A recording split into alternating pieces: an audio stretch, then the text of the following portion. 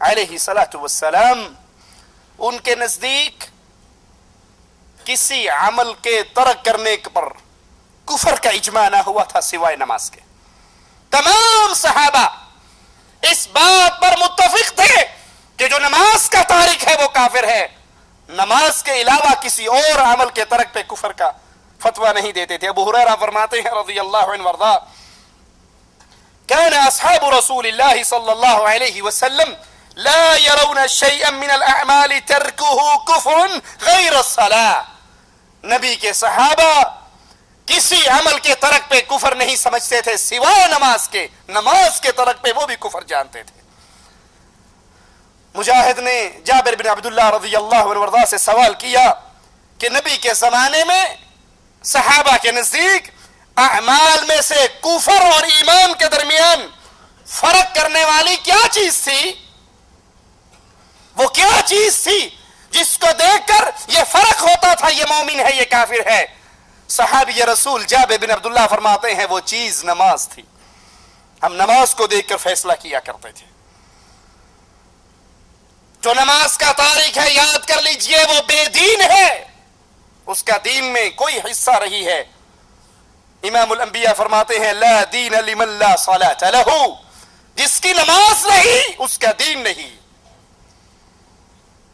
یہ رٹا لگانے والوں من قال لا الہ الا اللہ دخل الجنہ, جو کلمہ پڑھے گا جنت میں جائے گا. اگر تمام نصوص کو اکٹھا کیا جائے تو کلمہ زبان سے کہنا کافی نہیں, کلمے کے تقاضے ہیں. اور سب سے پہلا تقاضا یہ ہے کلمہ پڑھنے والا اپنی گردن کو اللہ کے سامنے جھکانے والا تو بنے. آپ نے فرمایا جس کی نماز نہیں اس کا دین نہیں. سیدنا عمر رضی اللہ عنہ وارضاہ فرماتے ہیں کہ ایک شخص اللہ کے رسول صلی اللہ علیہ وسلم کے پاس آیا اور پوچھتا ہے اے اللہ کے نبی اسلام میں اللہ کے نزدیک سب سے بہترین چیز کیا ہے؟ اسلام میں اللہ کے نزدیک سب سے بہترین چیز. تو آقا علیہ الصلوۃ والسلام نے فرمایا الصلاۃ لوقتها, اسلام میں بہترین عمل وقت پہ نماز پڑھ لینا. یہ عظیم عملوں میں سے بہت عظیم عمل ہے, وقت پر نماز پڑھنا. اور نبی فرماتے ہیں وَمَن تَرَكَ الصَّلَاةَ فَلَا دِينَ لَهُ, اور جو نماز کو ترک کر دیتا ہے اس کا کوئی دین نہیں.